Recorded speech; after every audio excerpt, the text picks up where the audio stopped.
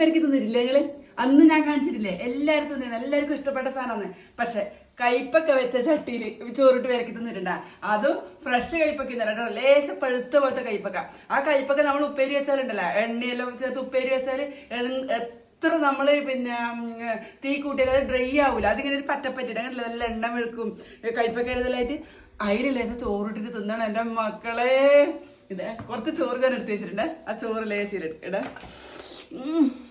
ഭയങ്കര ടേസ്റ്റാണ്. പക്ഷെ കയ്പൊക്കെ ഇഷ്ടപ്പെടാത്തവരോട് പറഞ്ഞിട്ട് കാര്യമില്ല. കയ്പൊക്കെ ഇഷ്ടപ്പെടുന്നവർക്ക് ഇത് ഇരുമ്പിന്റെ ചീനച്ചട്ടിയാണ്. അന്നേരം കയ്പക്കയിൽ ഇരുമ്പ് സത്തുണ്ട്, ചീനച്ചട്ടിയിൽ ഇരുമ്പ് സത്തുണ്ട്. അന്നേരം അത് രണ്ടും കൂടി ആകുമ്പോണ്ടല്ലോ പൊളി എന്ന് പറഞ്ഞ മരണമാസ്. തിന്നുന്നവർക്ക് അറിയാം ടേസ്റ്റ്. അത് പോരെങ്കിൽ ഒരു പപ്പടം ആവാം. അതിങ്ങനെ അതിങ്ങനെ ആവുക, അതിൽ കൂടി പെരക്കുക. ഉണക്കുമുളനെ ബെസ്റ്റ്. അത് പിടിയില്ല എന്തായാലും. ഇതും പോരെങ്കിൽ